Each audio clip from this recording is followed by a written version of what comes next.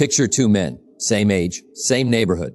Both got laid off from the same factory in the same month, 3 years ago. Same manila envelope with the same severance check inside it. Same bad news on the same Tuesday, delivered by the same supervisor who couldn't look either of them in the eye. Today, one of them is on his fourth beer by noon, still telling anyone who'll listen how the economy screwed him. The other one owns 2 food trucks and just hired his old supervisor, the same one who couldn't look him in the eye 3 years ago. Nothing external explains that gap, not luck, not talent, not who they knew. The only thing that was ever different between them happened in the 6 inches between their ears. And by the end of the next few minutes, you're going to know exactly what that difference is and exactly how to put it to work before you go to bed tonight. Here's the truth nobody wants to hear. Your life is not shaped by your circumstances. It's shaped by how you think about your circumstances. That's not a bumper sticker. That's the whole mechanism. 2 people can lose the same job, live on the same street, start with the same folded 20s in their wallet, and 5 years later, one is thriving and the other is still explaining why he isn't. The difference was never the situation. The difference was the mind that walked into the situation. Most people spend their whole lives trying to fix the outside first. New job, new city, new relationship, new gym membership, as if the right set of circumstances will finally produce the right kind of person. But it never works in that order. You've probably seen it yourself, the guy who wins the lottery and is broke again in 5 years. The couple who moves to a bigger house and brings the same arguments with them in the moving truck. Circumstances are the stage. They were never the actor. And until you understand which one you actually are, you'll keep rearranging furniture in a house you never really own. So let's break that shift into pieces you can actually hold. Because a big idea is worthless until you can use it before the sun goes down today. Stop blaming the winter. There will always be a winter, a recession, a slow season, a boss who doesn't see your value, a market that isn't cooperating. And here's what most people do when winter comes. They fold their arms and wait for spring to rescue them. I'll get serious when things get easier.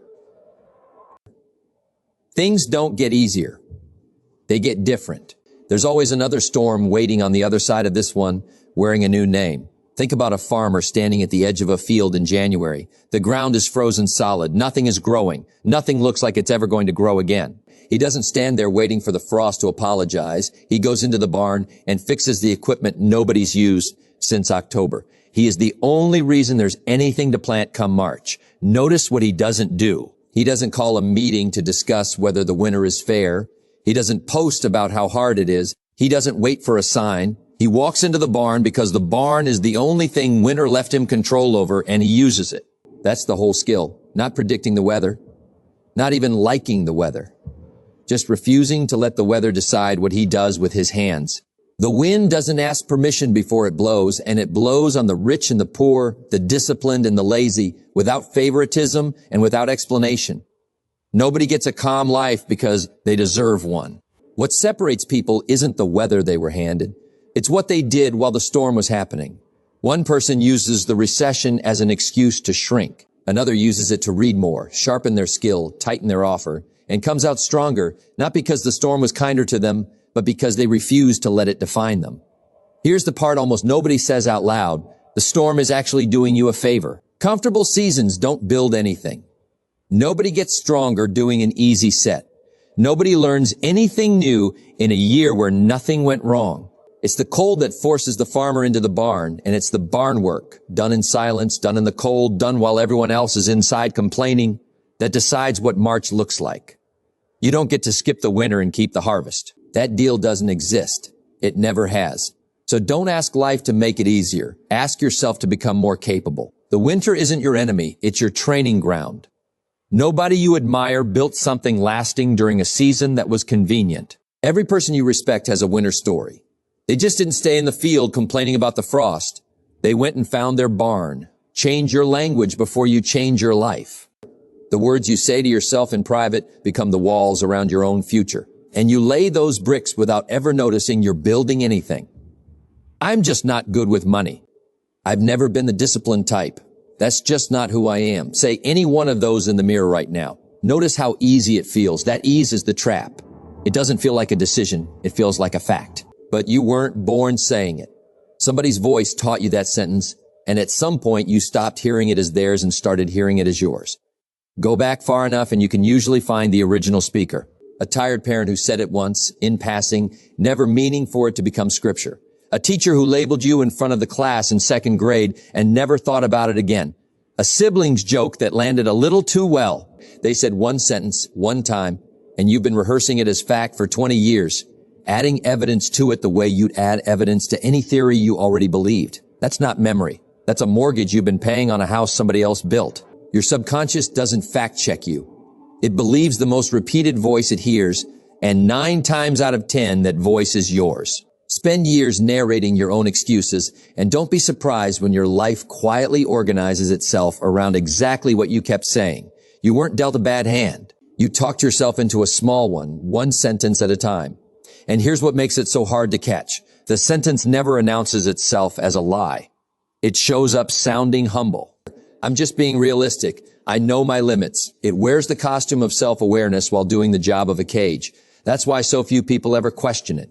Questioning it feels like arrogance when really keeping it unquestioned is the actual self-sabotage. Now flip it. Not I'm not good with money. Try I'm learning to manage money better every month. Not I've never been disciplined. Try I'm building discipline one day at a time. You're not lying to yourself. You're not demanding instant perfection. You're describing a direction instead of a sentence. And that shift alone opens a door your old words had nailed shut years ago. Try this tonight, not someday. Write down the sentence you say most often about yourself when things go wrong. Just one. Then write the version of that sentence a person who was already becoming who you want to be would say instead. Say the new one out loud, even if it feels fake, especially if it feels fake. Fake is just what truth sounds like the first few times you say it before you've earned it. You don't need to believe it yet. You just need to stop feeding the old one. Successful people sound different long before they live different. The language moves first. The life follows it the way a shadow follows a body. Choose discipline over motivation. Almost everyone gets this backward. They think they need more motivation, so they chase inspiration like it's the missing ingredient. Another video, another quote, waiting for the rush of excitement before they finally act. And it works for a day, maybe a week. But motivation is a spark, not a fire. It burns out fast, usually right when the work turns hard and repetitive, which is exactly the moment most people quit. Right on the edge of the breakthrough they never got to see.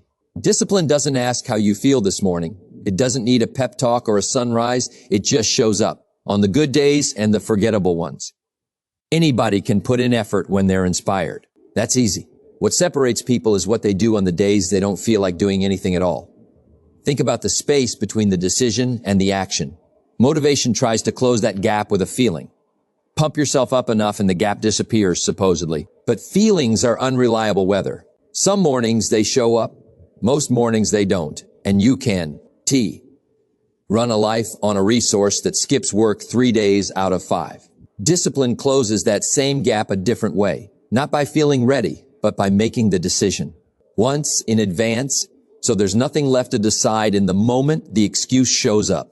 The farmer doesn't negotiate with himself about the barn every single morning. He decided once. Everything after that is just execution. Motivation gets you to start the diet. Discipline gets you through the birthday cake on the counter 3 weeks later when your kid baked it herself and is watching to see if you'll have a slice. Motivation signs you up for the gym. Discipline gets you there on the cold, rainy morning when nobody would know if you skipped it. When the only person keeping score is you in a mirror at 5 a.m. with nobody watching and nothing to prove to anyone but yourself. Here's the quiet secret about that 5 a.m. mirror moment. It's not really about the workout. It's a rehearsal. Every time you keep a promise to yourself that nobody else could verify, you're teaching your own mind that your word is good.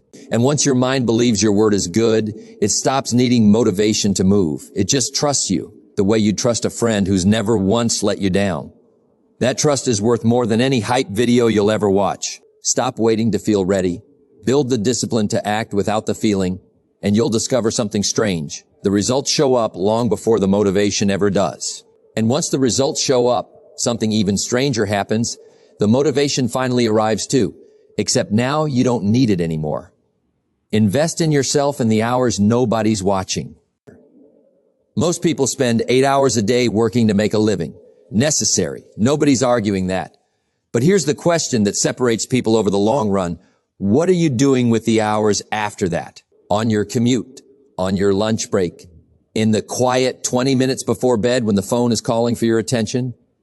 I think about the guy who eats lunch alone in his car every day. Not because he has to, but because it's the only 20 minutes that belong to him. Some men spend that 20 minutes scrolling. One man I know spent it every day for a year, learning bookkeeping from a library app on his phone. Nobody clapped. Nobody even knew. A year later, he was doing the books for 3 small businesses in town, on the side, for cash. Do the math on that with him. 20 minutes a day, 5 days a week. That's roughly 80 hours a year, 2 full work weeks, spent on a skill nobody paid him to learn, in a parking lot with a sandwich in one hand. 80 hours doesn't sound like much when you say it in a sentence. It sounds like everything when you see what it built. And here's what almost nobody notices. The other guy, scrolling in his car for that same year, also spent 80 hours doing something. He just has nothing to show for his 80%, because attention spent doesn't disappear, it just goes somewhere. The only question is whether you chose where. Those small unpaid hours, the ones that never show up on any paycheck, are exactly where a different future gets built. Quietly. One evening at a time. Nobody is coming to hand you a raise for what you did on your lunch break. That's precisely why almost nobody does anything with it. And that's precisely why the people who do stand out so fast, they're not competing against everyone. Most of the field disqualified itself before lunch was even over. Read the books that stretch you. Listen to people who've already walked the road you're trying to walk. Study your own mistakes instead of burying them. None of it is complicated, and none of it requires permission. Once you stop outsourcing your growth, you stop being at the mercy of other people's priorities for your own life. You become the one steering. Watch who you're becoming an average of. Whether you notice it or not, you are slowly becoming an average of the 5 people closest to you. Not because you're weak-minded, because that's simply how human beings are built. We absorb the standards and habits of the people we're closest to the same way a room takes on the temperature around it, without a word being spoken.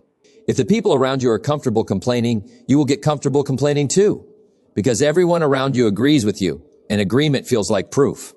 It's not that they're bad people, it's that their ceiling becomes your ceiling if you stand under it long enough. You've had that friend, the one who, every single time you mention a plan, finds the one reason it won't work. He's not trying to sabotage you, he's just handing you his own limits and calling it advice. It's worth being honest about why that friendship is so comfortable in the first place. A circle that expects nothing from you is restful. Nobody's growth makes yours look slow by comparison. Nobody's early mornings make your sleeping in feel like a choice you have to defend. That comfort is real, but it's the comfort of a waiting room, not a destination. Everyone in it is waiting for something to happen to them instead of building something themselves, and they'll be glad for the company as long as you stay. Now flip that. Surround yourself with people who are building, reading, growing, people who talk about what's possible instead of what's wrong, and you'll catch that energy the same way you'd catch anything else contagious. Their standards become your standards without you even trying. You'll notice it in small ways first. You'll start reaching for the harder option in a conversation because that's just what's normal in the room. Nobody has to lecture you into it. The room does the work. This doesn't mean cutting people off in some dramatic gesture. Most of the time, it's simpler and quieter than that. It's just deciding who gets your best hours and your real questions, and who gets the polite version of you. You can love people and still refuse to let their ceiling become the roof over your own life. So take an honest look at your circle. Not to judge anyone, just to ask, if I become exactly like the 5 people I spend the most time with, am I happy with that outcome?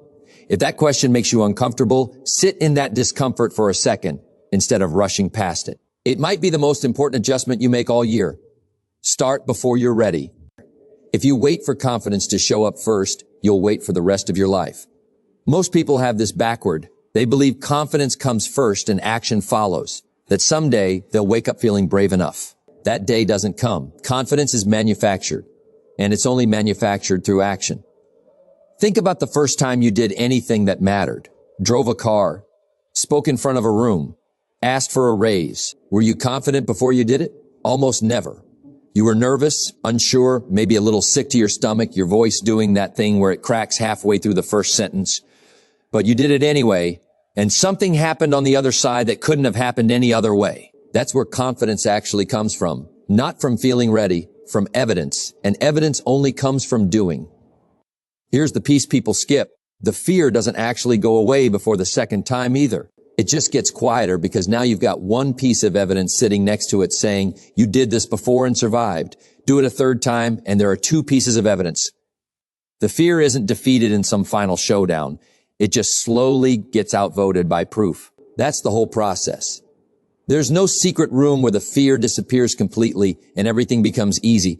There's just a growing pile of proof that quietly makes the fear smaller than it used to be. This is why so many good ideas die quietly in people's heads. They're waiting for a feeling that action was always meant to produce, not precede. When I feel ready, I'll start. Readiness is a myth dressed up as wisdom. Nobody feels fully ready. Not the people you admire, not the people who built the things that impress you. They move before the fear left and let the fear catch up and fade behind them somewhere down the road. And notice something else about waiting for readiness. It never actually feels like fear from the inside. It feels responsible. It feels like patience. It feels like you're simply being careful, gathering more information, making sure the timing is right. That's what makes it so dangerous. It doesn't feel like the thing that's costing you your life. It feels like wisdom, right up until you look back on 10 years of almost. So stop auditioning for your own life. Take the step while your hands are still shaking.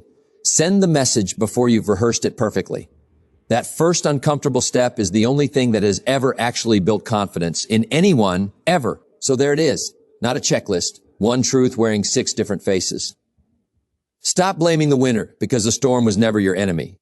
It was your training ground. Watch your language because the words you whisper in private become the walls or the doors of your future. Choose discipline over motivation because motivation is a spark, but discipline is the fire that actually gets you somewhere. Take responsibility for your own growth because nobody is coming to hand you a better life. Choose your circle carefully because you will rise no higher than the people standing closest to you. And start before you're ready because confidence was never the price of admission. It was always the reward waiting on the other side of action. None of these 6 are really separate. They're the same decision, seen from 6 different angles. The farmer in the barn is already using different language than the man still standing in the frozen field. The person building discipline at 5 a.m. is already investing in the hours nobody's watching. The person who chose a better circle is the same person who found the courage to start before they were ready, because courage, it turns out, is contagious too. Remember those 2 men from the factory, same layoff, same Tuesday, same empty calendar the next morning.